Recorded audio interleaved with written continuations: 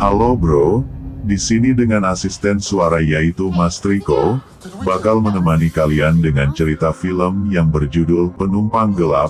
Film ini bercerita tentang tim ilmuwan dikirim ke Mars untuk melakukan penelitian lebih lanjut, guna menjadikan Mars planet yang layak huni bagi umat manusia di masa depan. Namun di misi kali ini ada masalah yang tak terduga. Apakah itu?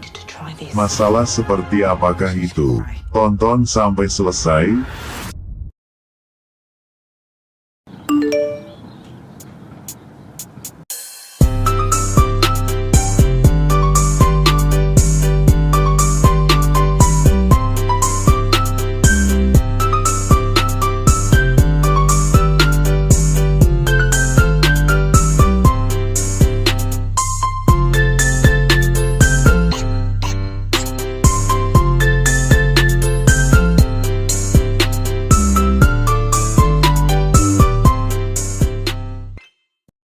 Yo bro, kita lanjut ke alur ceritanya.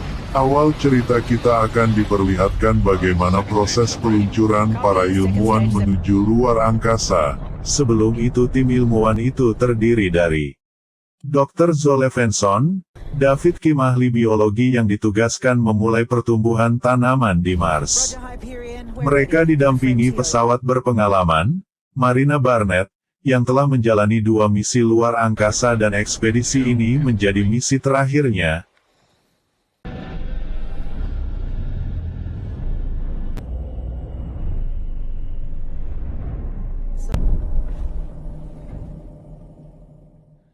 TGS nominal and at full. Thank you for the launch, Jim. See you again. That was incredible! That was incredible! Setelah mengaktifkan kendali otomatis dan gravitasi buatan, ketiga awak ini mulai menyesuaikan diri dengan peran dan rutinitas mereka.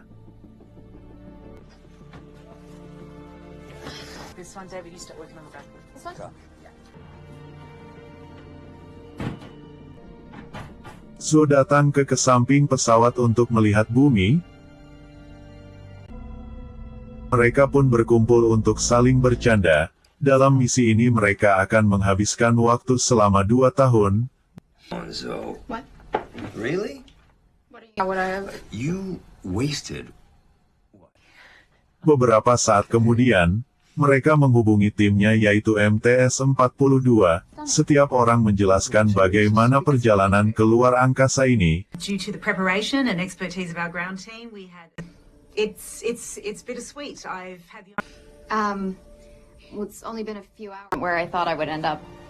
To me, my career was going to be affected by Hyperion. But now... Well, space exploration has always led to amazing medical discoveries. It does take a little while to get adjusted to the artificial gravity. Setelah selesai mereka kembali ke aktivitas. Ketika pengecekan mesin, Marin menemukan tetesan darah di lantai pesawat. Setelah itu, Marin mengecek atasnya dan tiba-tiba sangat terkejut tak diduga bahwa ada seorang teknisi masuk dan ikut terbawa ke luar angkasa. Zo dan David pun langsung membawa dan mengobati orang tersebut.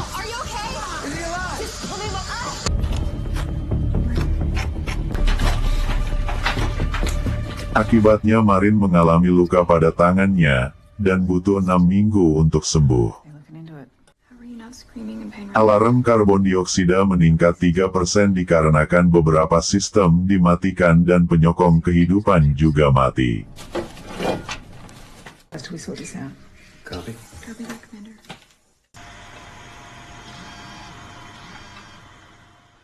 Tak lama kemudian orang yang tak sengaja ikut, yaitu bernama Michael, terbangun dan terkejut bahwa dia berada di luar bumi.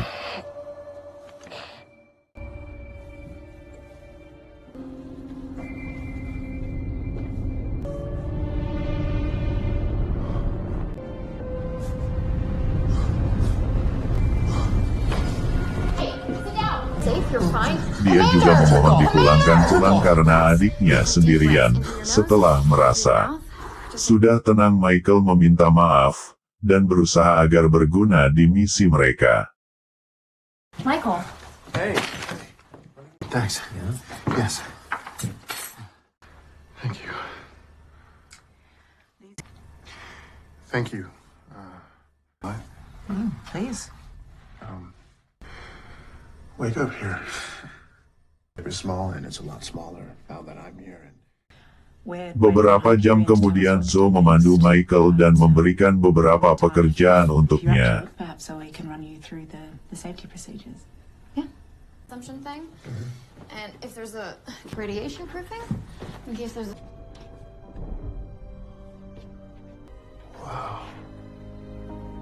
Pictures on to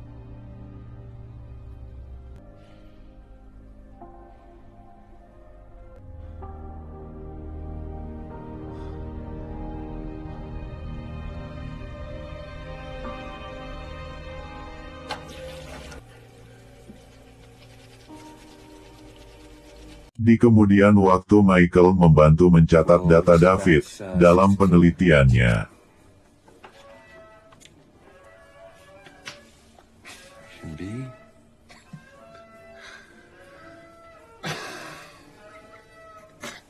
Di lain sisi Zoe dan Marin sedang melakukan pengecekan ke sebuah sistem yang berfungsi untuk pembersihan karbon dioksida melalui udara. Ternyata sistem tersebut mengalami konsleting dan hangus semua.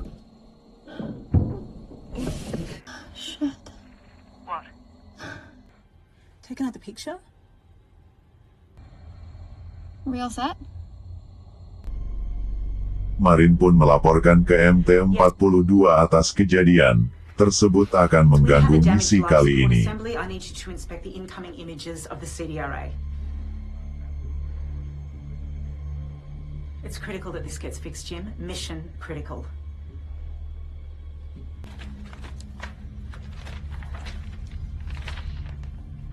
Tak lama kemudian Marin memanggil David untuk berbicara dengannya. Marin memberitahu David dengan situasi saat ini. Marin meminta David agar memaksimalkan penghasilan oksigen dari tumbuhan gangganya, dan juga untuk fokus pada hal tersebut, walau nanti tumbuhan tersebut akan digunakan di planet Mars. Not with microgreens. How much oxygen would your algae produce? The gear I'd need was already flown to Mars on the last one. We don't know for sure yet. Shit, is there anything else you can try? I could try growing them here, but we would risk ruining. Very good. Well, just put everything else aside and focus on that. Yes, Commander. I need a little bit to figure everything out. Okay, copy.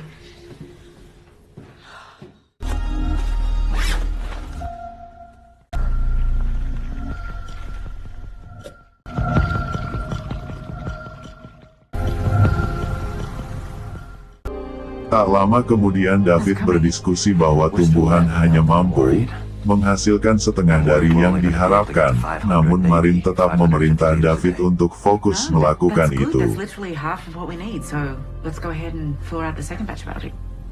I'd need to rep up the microgreens for that. Then let's do it. Right, but hold on. It's imperative that we try. Commander, this can't... David pun cukup keberatan karena dia menghabiskan bertahun-tahun dalam hidupnya untuk itu. Marin memberitahu bahwa tidak bisa memperbaiki alat yang rusak itu. David pun mengerti dengan keputusan Komandan Marin. We both know how important it is. Are we sure we want to throw it all away while we still have a chance to fix the CDRA? Hands, David. It's gone.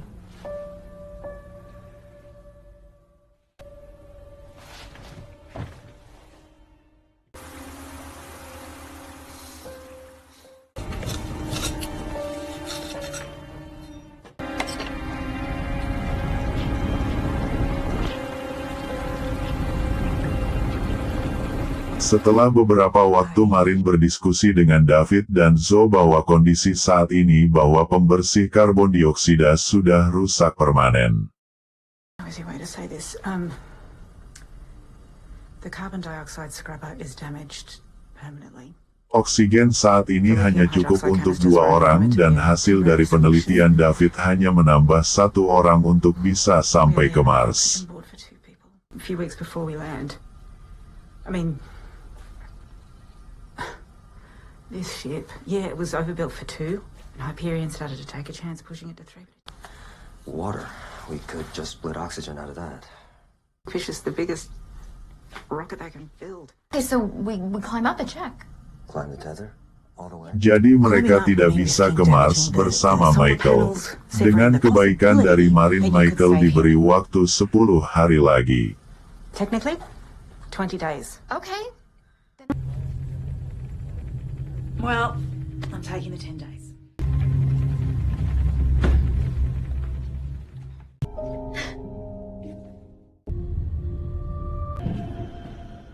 Setelah 3 hari berlalu, David pergi ke Michael untuk berbicara berdua, bahwa ada hal yang sulit yang ingin dikatakan oleh David, yaitu mesin pembersih karbon dioksida telah rusak permanen.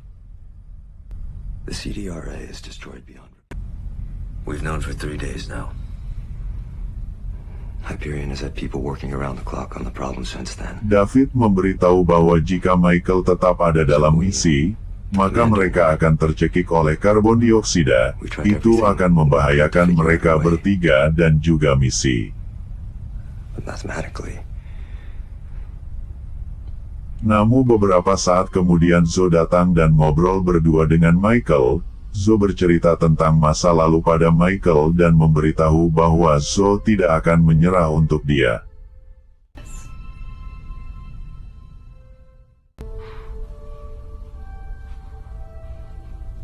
Years ago, I had this summer job. Beach. I wasn't a lifeguard, just a watch. And I see a guy in the water. We've got some time. And that's a last resort. Yeah? Dan akhirnya pilihan terakhirnya adalah pergi ke LOX untuk melakukan pengisian ulang oksigen. Orang yang akan pergi adalah David dan Zoe. Walau mereka tidak terlatih untuk situasi sesulit itu, mereka tetap yakin dan semangat untuk bisa mengisi ulang oksigennya. You two never trained for anything with this much complexity. Okay? And take your time. I want you to know that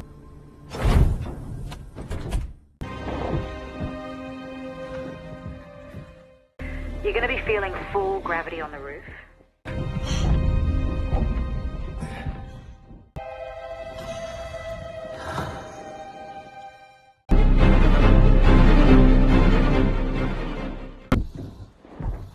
Setelah sampai di LOX, Zoe turun untuk mengecek ketersediaan oksigen dan melakukan pengisian ulang. Akhirnya mereka mendapatkan tabung isi ulang pertama, tapi saat akan pengisian tabung kedua tiba-tiba What's going on? alarm berbunyi dan ternyata itu peringan badai matahari yang akan terjadi. Waktu yang mereka miliki hanyalah 20 menit. Oh God. Come on, let's go. Oh, Jesus.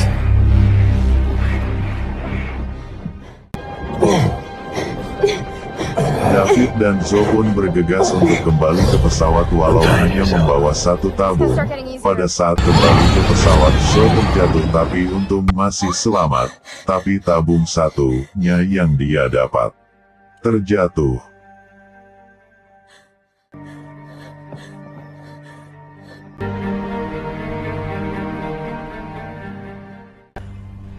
Mereka pun berkumpul berempat sedang mendiskusikan situasi saat ini bahwa mereka masih punya tangki yang bocor di sana. Dan berlalu berjam-jam, di sunyinya ketegangan terjadi. Zoe memberanikan diri untuk pergi keluar pesawat yang sedang terjadi badai matahari.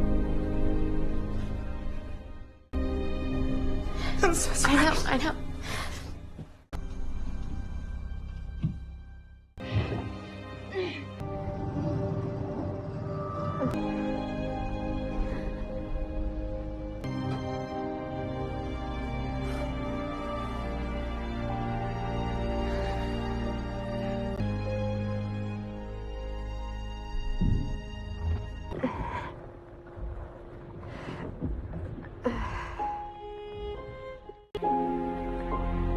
Dan akhirnya Zoe berakhir oleh badai matahari.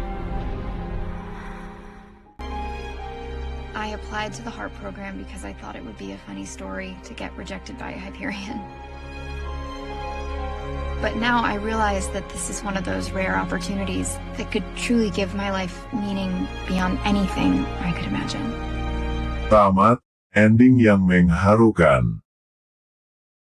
Dari film ini kita belajar bahwa, di saat kita hanya diberi pilihan yang sulit kita, tetap jangan menyerah dan jika kita sudah yakin, tetaplah yakin. Sekian dari gua yang lupa semangat dan tetap optimis, wajah tersenyum.